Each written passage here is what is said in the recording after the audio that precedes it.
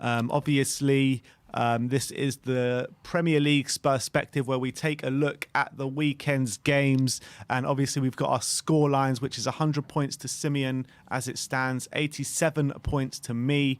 So it's 5 points for a correct scoreline, 3 points for a correct result and both teams to score, 1 point for a correct result, and then a star man as well, where you get 2 points for a scorer and 1 point for an assist, where me and my brother both pick one man each week.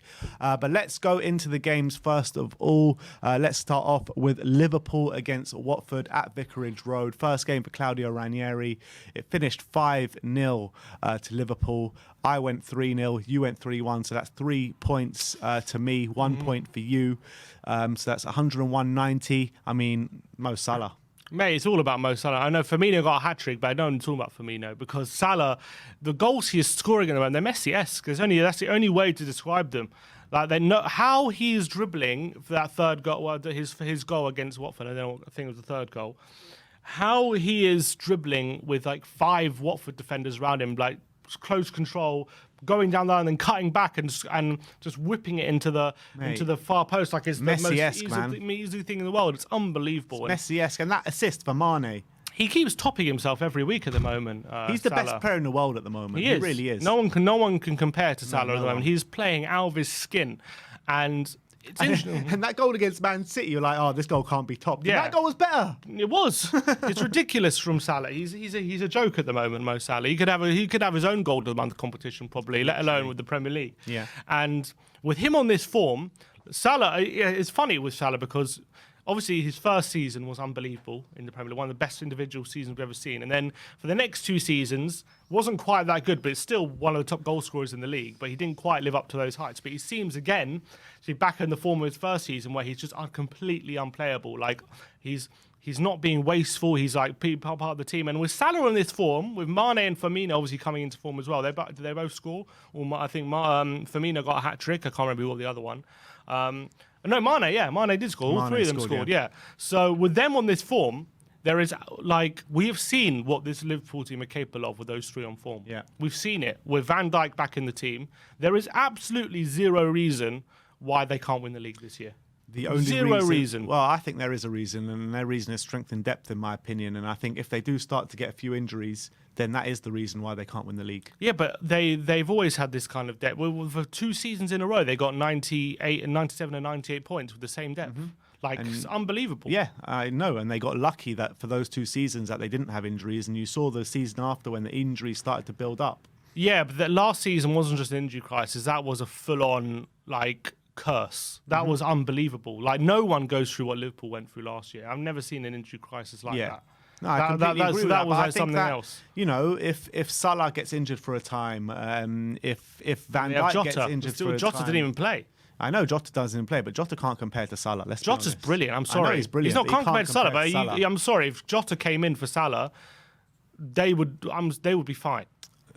They would be fine. Not to win the league, I don't think. Maybe in games like against City and stuff, he can be the difference. But if Jota came in, if Jota was playing instead of Salah yesterday, he'd still win 3-4-0, I reckon. Yeah, that's against Watford though, one of the worst teams in the Premier League. But I think on a long stretch of a season, if Salah gets injured for a long extended period of time, and you've got Jota there, yes, Jota will do well and he'll get a lot of goals. But I just think they might miss out on the league. Yeah, okay, maybe you're right. But I think that if they can keep them free fit, there's absolutely no reason why they can't win the league. And their defence, obviously. And their defence, their defence is still getting back together, but they've got Konate there as well, Konate, who hasn't really got embedded in yet. Once he gets bedded in as well. Trent and Robertson haven't really got going properly yet this season. I think Trent's had a good start to the season. No, Trent's had a good in terms of what I'm saying is we haven't seen assist after assist after assist like he can do. He's had a good start compared because last season he was woeful, but this season he's had a good start to the season. But once he really gets started contributing properly, assist, laying them on a play again and again. I actually, I do think that if they do keep if they don't have any major injuries throughout the season, I do think they actually might win this league. Yeah.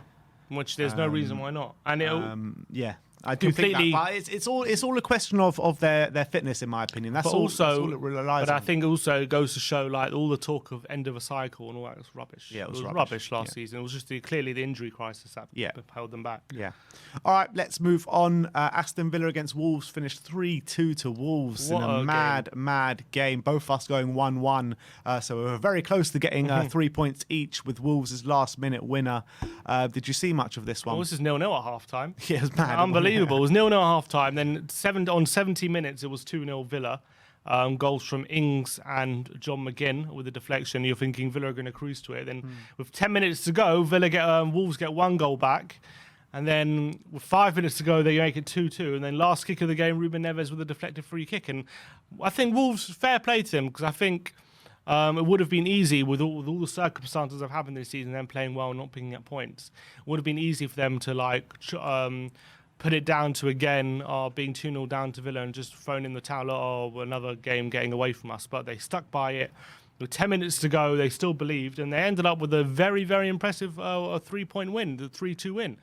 And that's you got to say that's worth their performances at the moment. They're playing very well, in my opinion, and it's worth it for them. And Villa, after going to Old Trafford and winning, and I think they had a good result the week before that as well. Yeah, they've now come to Spurs and lost, and lost at home to Wolves in a Midlands derby as well.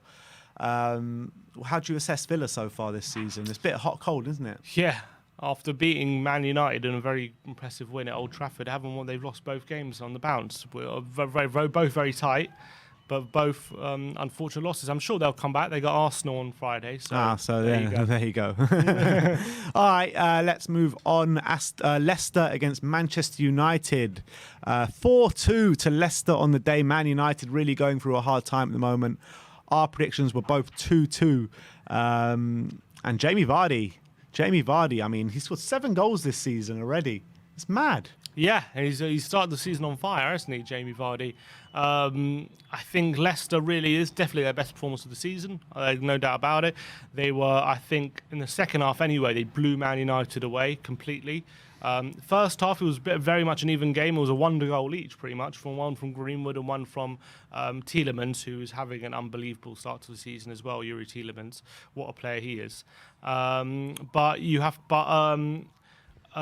the second half, Man United completely lost their way. They got it back to 2-2 after being under the cosh for a lot of the half, and you're thinking, okay, they might hang on for a draw. This is the classic Man United away performance, playing and then, crap, and you know. And then Rashford gets a goal, and then you're thinking, are they going to go on and win? And within 15 seconds, they're 3-2 down with the first attack, and their defending for the third goal was a shambles. Yeah, McTominay backing off Perez, backing off Vardy completely free in the box. And Ollie's getting under a bit of pressure now. What is that? They haven't won for 3 games. They lost to Villa, they drew to Everton, and now they lost to Leicester. The games don't get much easier for them. They've got Liverpool next, and they got us, and then they got I think another tough game after that. They might have Chelsea as well soon. Or was it City? Well, they got another tough game, maybe Chelsea. So, mate, Ollie's under the pressure's mounting on him with the squad he's assembled. This should be unacceptable. Not good enough. This should be unacceptable. It's nowhere How near are we good above enough. them? How are we above them when they sign Cristiano Ronaldo? Oh, come on, and Sancho and Varane. Come on, unbelievable. Yeah, unbelievable. So I mean, people at the start of the season were talking about them in a title race and Liverpool not in a title race. Yeah, no, Liverpool just the complete opposite. Yeah, and Ronaldo, didn't. I don't know if he had a shot the whole game. He was completely anonymous. I just see Ollie hasn't found the right balance yet in that team as well. But Leicester. We'll see if they come good again, but they've had a poor start to the season, but a very big result for them. Patson Daka, first goal in the Premier League, could be first of many. Yeah, definitely. I think he looks like a good player, Patson Daka. And, you know, the conversation that we were having about Brendan Rodgers last week, about him being under pressure and what have you, I think... would have eased it. I think that's definitely eased it. And I think, you know, Brendan's a good manager, and I think Leicester... I don't know if Leicester can do better than Brendan. So I think they'll be foolish to sack him, to be honest. And I find it a bit similar to us sacking Pochettino. Like, we're not going to get better than Pochettino at the time. They're not going to get better than Brendan Rodgers right now. Fair enough. Let's move on. Man City against Burnley finished 2-0. poor result by all accounts for Man City. After Poor, they, smashing them 5-0 for the past 4 results. I mean, we went for 5-0, 5-0. So 3 points each for us, and that one. I had Bernardo Silva captain in my fantasy, so I'm happy with that. I had Salah, so I did all right there. Fair enough. A bit better, but I thought when I went outside the box, it paid off. But yeah, look, only 2-0. Solid win for Man City. Actually, you know, it could have been different had Cornet scored his chance right at the end of the first half. He was 1-on-1 with the keeper, and he kind of screwed up a bit, and they didn't really get another chance after that. But look, standard win for City. It will be one of those where they just have to move along after that. Yeah, look, take the 3 points, no goals conceded, and we move on. And that's 3 points each for us, that one. Norwich against Brighton was 0-0. And Brighton will be very disappointed with that, won't they? Disappointed with the result and the performance as well. I think first half, I was watching a bit of it. First half, they look. I think the whole game they dominated possession and stuff, but all the good chances fell to Norwich. If it wasn't for a really weak effort from Josh Sargent after Sanchez came charging out, completely air kicks the ball, and Sargent just has an open goal to roll the ball into. It was such a weak effort that it was so easy to stop it off on the line by Lewis Dunk, and he'll be very disappointed with that effort. But other than that, Brighton will be disappointed. They didn't really capitalise on what was a weak Norwich team, but still Norwich winless. Got a good point for them probably, but still winless though, aren't they? Yeah. They can't buy a win at the moment. No, Norwich. they can't.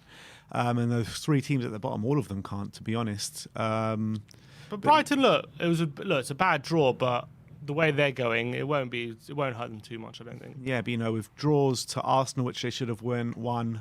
Palace, they let it go in the last minute, didn't they? Or they scored in the last minute. Sorry, another draw there. Is that 3 draws on the bounce now for Brighton, or did they win their last game? No, it was Arsenal was their last game, wasn't it? Yeah, so 3 draws on the bounce now for Brighton. Yeah. I know they're getting unbeaten the last 3 games, but they would have expected better, in my opinion. Brighton are not expecting to be challenging for Europe. If they do, that will be an absolute unbelievable achievement if they get top 6. So, a draw's not a great result, but I don't think they'll lose confidence from it. Okay. No points for either of us on that one. Let's move to Southampton. Leeds finished 1-0 to Southampton. Sim went 2-2. I went 1-0 to Leeds. And actually, with that result you guessed there, you double guessed yourself because you were saying you think Southampton going to get the result. You're right. I should have said Southampton. You were actually going to put 1-0 Southampton, I reckon. I think, I probably would have said 2-1. I would have said Southampton win, and I just backtracked last minute. But Southampton, I thought they were going to get a win from somewhere, and they got it this time against Leeds. And Southampton, I didn't see any of this game, to be fair, but I think they've been gone under the radar a bit as a team that, haven't won many games, but I've actually had some impressive results, some impressive performances, and maybe have gone under the radar in terms of how well they're actually playing. Potentially.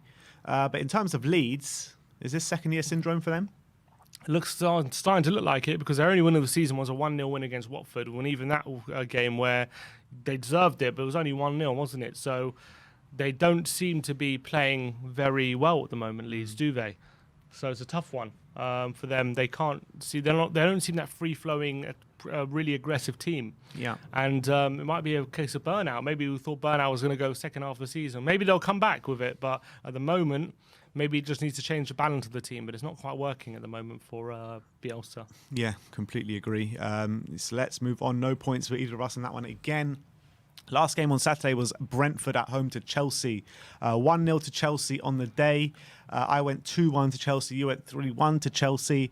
Brentford were very unlucky not to score, weren't they? Oh, that's to say the least. They hit the post twice, off the line a couple of times, and Mendy had one of the best individual goalkeeper performances I've ever seen. Edouard Mendy, what a game he had! He literally was a one-man shield against the Brentford front line, and Brentford will look at that game and think, how the hell did we not get a goal in that game? And it was all down to Mendy making all the saves he did, and obviously Mbuemo had a lot of chances for Brentford, but he just couldn't get the ball in the back of the net, unfortunately for him. And another spirited, really impressive performance from Brentford. They were brilliant on the day. Like the way they just kept the constant pressure on Chelsea. Every time I've seen them play, they've been brilliant. I've never seen Chelsea pen back like that in any game this season. That was unbelievable pressure. And not only just pressure, and actual chances created as well. Like they couldn't get away from them. But they were just lucky and inspired Mendy on the day, got them the win. And obviously a Chilwell, lovely goal right at the end of the last kick of the half, in the first half, got them the win. And Chelsea will be counting their chickens after that one. Yeah, definitely. And, Chelsea stuttering a bit of late. Yeah, I know they won. I know they won this game, but performance-wise, definitely. I mean, against Southampton, they got a bit lucky as well last time out. Yeah, at the start of the season when we first saw them, first 5 games or whatever, first 4 games, like this team are unbeatable. You're not going to beat this team. Now you're starting to see a bit of chinks in their armour. Definitely. Maybe people are starting to learn how to play against them. And also, just quickly on Brentford and Buemo, I think he's hit the post about 6 times now this season. Every game he seems to hit the post, I see. And he's very unlucky. I think sooner or later he'll start going in. And for your FPL teams, he's a midfielder as well. I've got him in already. Oh, you've got him in already? Bashing the TV every time he hit the post. All right, that's 1 point apiece. In that one, let's move over to Sunday. Everton against West Ham finished 1-0 to West Ham. You went 1-1. I went 2-2. Good I win thought for West Ham. I thought they were good. They played well against Everton. Everton didn't impress me too much, but I thought West Ham probably should have got more than 1 goal in this one. I think Everton, I know they got the draw last week at Old Trafford, and they've had results previously. I can't remember who. I think it was against, was it Brentford? Not Brentford, sorry, Burnley maybe? Without Richarlison and Calvert-Lewin, but I always thought eventually it's going to catch up with them when they start to do that. And I think yesterday, Sunday, was a case in point. I think West Ham kind of found it very easy to deal with them. Rondon wasn't much of a threat. Without Richarlison and Calvert-Lewin, there's not much threat there for Everton, in my opinion. Unless you're expecting Andros Townsend and Damari Gray to continue that form for the rest of the season, which I was never expecting. They're not going to. They're in great patches of form, and I'm sure they'll get the odd goal here and there until the end of the season, but they're not going to carry on that crazy form they're doing at the beginning of the season. They're just not those players. They never have been. So they need their star men. And once West Ham got the goal, Everton never really getting back in it. And it was a good win for West Ham, but there'll be different challenges coming up for them, because I think if Richarlison or Calvert-Lewin were playing, I reckon it doesn't end 1-0. And there'll be different challenges this weekend, that's for sure. You bet. All right, so that is 0 points for us again as we move over to Newcastle Tottenham. 3-2 to Tottenham, and you get 5 points in this one. How the hell did you call a 3-2? I called it. I felt it.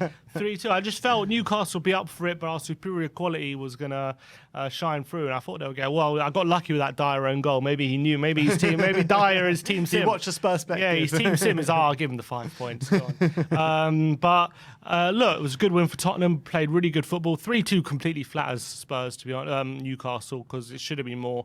We'll be disappointed it was only a 1 goal difference in the end. But I'll take the 5 points for sure.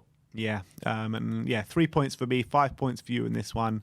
So that's 110 to 97. And we move over to the game last night, which was Crystal Palace against Arsenal. Finished 2-2, with Arsenal saving their blushes in the last kick of the game. With Arsenal Lacazette winning the league with a 2-2 draw. Yeah, exactly. That's what I thought after the celebrations. Yeah, literally. Lacazette running into the fans, Ramsdale running all the way. Ramsdale running the length of the pitch. Arteta just like nearly doing a Mourinho on the touchline. But Lacazette did you a favour. He did. You were probably running around another 5 points. like Ramsdale was. Yeah, look, it was another 5 points for me, so I'm happy with that. But Arsenal just got away with it, really, with that last-minute goal. Palace were by far the better team throughout it. Opening exchanges, Arsenal did start pretty strong for 8 minutes. I love it after the game. After Arteta's like, before we scored, we were playing such great football and free-flowing, and after we scored, we just seemed to lose our way. It's like, mate, you scored after 8 minutes. What are you talking about? Like, how can you say you played great for 8 minutes? You know what I mean? I turned it on after half an hour. And Arsenal was shocking last night. They were Yeah. shocking. They were terrible. Thomas Partey was terrible. Lokonga, when he came on, was terrible. Tierney was terrible. I mean, I don't understand how Crystal Palace didn't put that game to bed. Ramsdale, do you think he should have done a bit better with Edouard's goal? He looked a bit unsighted, but it did crash in off the crossbar, you got to remember. So with a lot of power. So I think it's harsh to call it. It was pretty central, though. It was pretty central, but when it crashes in off the crossbar like that, it's going to be hard to stop. So I wouldn't say necessarily his fault. Great save from Conor Gallagher, though. Yeah, he made a really good save from Conor Gallagher. I'm trying to remember the first goal. Partey made a horrendous mistake for the first goal, and Lokonga lost the ball for the second goal. So both their central midfielders losing their way for both the Palace goals, and Palace will definitely feel aggravated they didn't take all 3 points this one. Last kick of the game, just like Brighton, last kick of the game. So Vieira will be very, very angry not taking 3 points at the Emirates. But one thing I want to touch on is James McArthur. How the hell he didn't get a red card? He literally tries to volley Saka into the top corner. Literally. I've never seen anything like it. Not only that, I mean, he had 2 bookable offences on the night, and he definitely should have been sent off. If that wasn't a straight red, which it probably was. Oh, and I think it's the clearest straight red I've ever seen. I mean, if that's not a straight red, he definitely should have been double booked somewhere in that game. Because he was He got so lucky. He got so lucky, McArthur, that he didn't get a red card. Saka goes off injured at half time. I mean, it's literally tries to volley him in from 30 yards. But Edouard, another goal for him. Really nice goal. And Palace, I must say, I'm so impressed with them, man. Ever since they played us, when I've seen them, I'm like, this team actually are improving a lot. And like Oli's again with a assist after he got a goal, I think last week or whatnot, before the international break. Vieira is starting actually, this Palace team was the most pragmatic team you've ever seen, and all of a sudden they're playing attacking, pressing, brave football, and credit to Vieira. Credit to Vieira. Conor Gallagher's doing great. Edouard. Conor Gallagher is what a player he is. I mean, and as Raiden says, all without Zaha yesterday as well. Yeah, that's true as well.